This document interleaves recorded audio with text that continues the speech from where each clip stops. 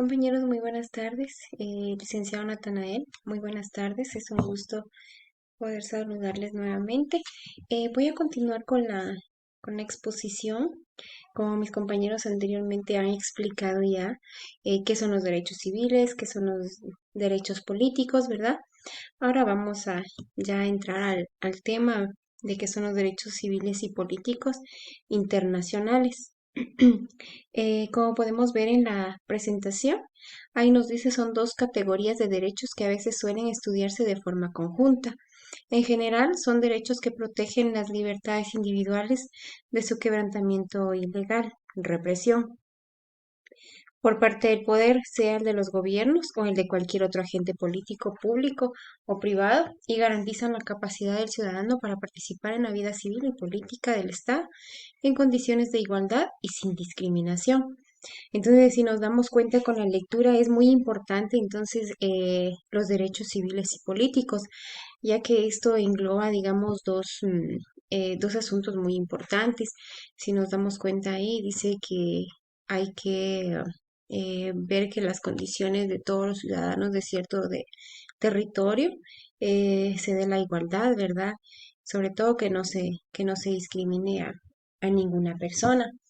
Entonces, estos derechos son aquellos que protegen en cierto modo la libertad del individuo y también vienen a asegurar que cada individuo participe en la vida política de la sociedad, ¿verdad? Que de tal manera todos seamos integrados a estas sociedades. Ahora dice, ¿qué es el Pacto Internacional de Derechos Civiles y Políticos? Si estudiamos un poquito más a fondo, nos vamos a encontrar con este pacto internacional que nos habla sobre derechos civiles y políticos. Aquí tenemos una pequeña definición que dice el pacto recoge derechos humanos individuales como la vida, la libertad y seguridad de las personas, la protección contra la esclavitud y la tortura, pero además reconoce y protege las libertades fundamentales como la libertad de opinión, expresión, de pensamiento, conciencia, religión y de asociación. Como sabemos, estos son derechos bastante importantes que no se debería de violar en ninguna persona, ¿verdad? Siempre ser tomados en cuenta dependiendo en el territorio que nos encontremos, ¿verdad? Todos somos seres humanos y todos debemos gozar de esos derechos. Entonces, este Pacto Internacional de Derechos Civiles y Políticos fue adoptado por la Asamblea General de las Naciones Unidas, con la rectificación de numerosos países, ¿verdad?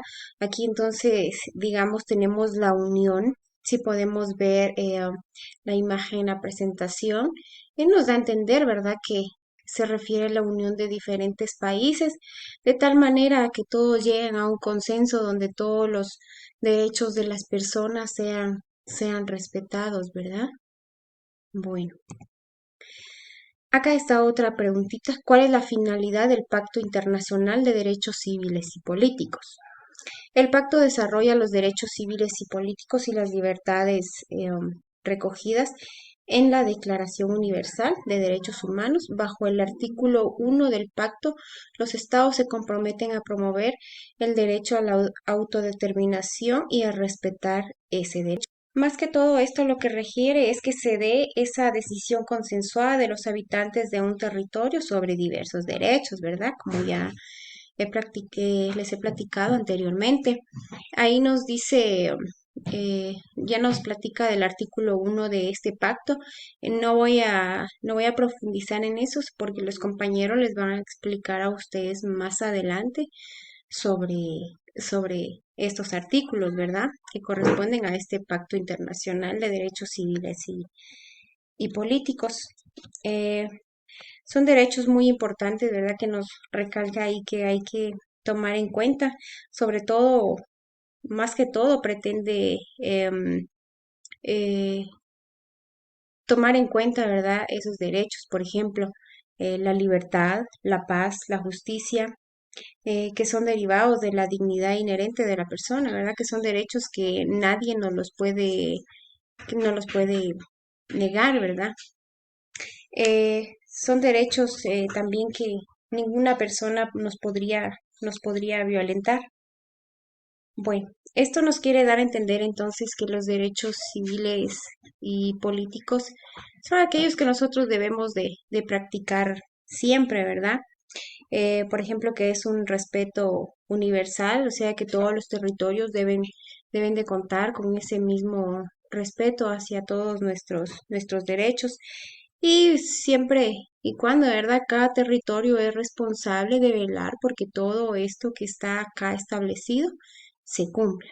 Bueno, entonces esa sería mi pequeña participación. Más adelante, entonces, los compañeros van a seguir platicando sobre este pacto internacional de derechos civiles y políticos. Gracias.